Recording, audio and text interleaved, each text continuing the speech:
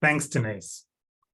It's my great honour to invite Dr. Rhonda Galbally, AC, now to open our conference. Rhonda is currently a Commissioner with the Disability Royal Commission into Violence, Abuse, Neglect and the Exploitation of People with Disabilities.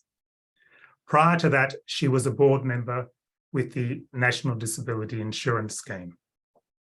She's been working tirelessly to improve the lives of people with disabilities since the 1980s. If we ever get to nominating national treasures, then Rhonda is sure to be on the list. Thank you, Rhonda. Thank you, John. I'd like to start by paying my respects to the traditional owners of the lands on which I'm meeting with you and to elders past and present.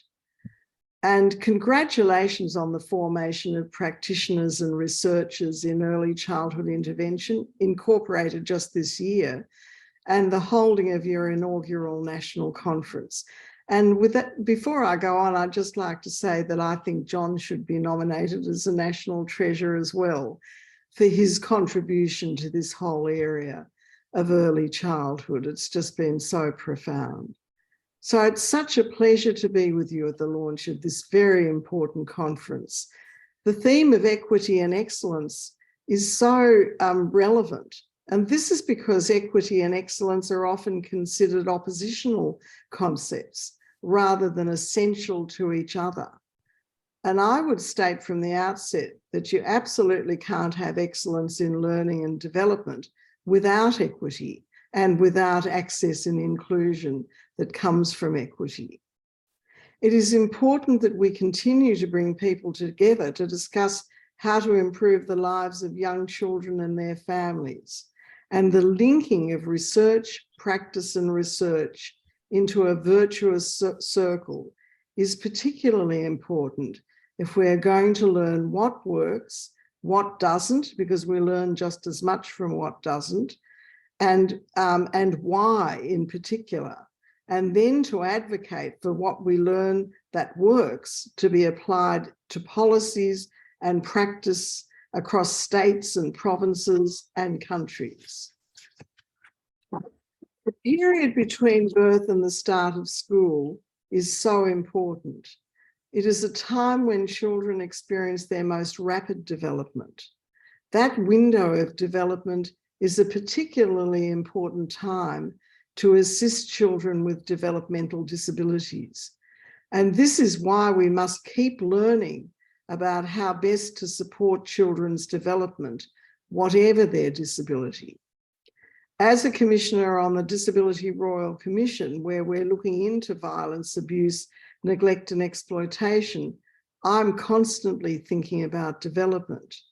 I'm thinking about the right to development as expressed as a human right under the United Nations Convention on the Rights of People with Disabilities. Our commission is embedded in the UN CRPD. And I'm also very aware of the huge danger of neglect of development for disabled children from the very earliest years. All children must have the expectation of development. And it is seriously neglectful to assume that some children are too disabled to develop. And I'm very alert to this issue because policy based on development as a right and a possibility is also going to address equity, access and inclusion. Whereas policy that assumes that no development is possible assumes that segregation is acceptable. We know that the role of families is particularly important in children's early years. During this time, families are the most important people in a child's life. And the efforts of families are absolutely critical to help children by aspiring for their developmental possibilities, giving them developmental opportunities within caring and safe environments. I see that several of the speakers will talk about this, and I have to pay credit to all of the families who become fighters for their children's rights, their rights to equity and excellence, to being included and to being allowed the full range of developmental opportunities from family life and from giving a child with a disability the opportunity to be with other children. Participation in the community is very important during the early years, but also throughout life. The early years are an important period for all children to be together, to learn from each other and to understand difference. Young children are so inquisitive. They don't have stereotypes about what others can or can't do. The experience that children have through playgroups, childcare and preschool are fantastic for their learning and development. They can also build lasting friendships between children and relationships between parents that can include grandparents and other carers. The early years lead towards school. And one of the things that I'm passionate about, apart from inclusive preschool, childcare, and playgroups, is building on inclusion with inclusive schools.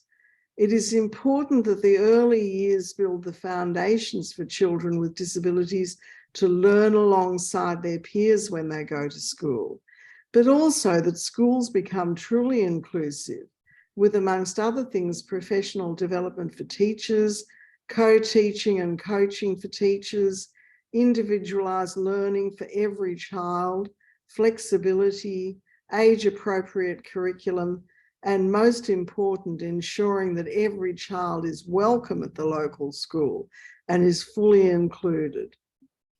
I won't go into all the stories we're hearing at the Royal Commission about mainstream schools that are not inclusive, but it is clear that the development of inclusive schools, along with inclusive playgroups and childcare and preschool, are an absolute key to an inclusive society and to achieving equity with excellence.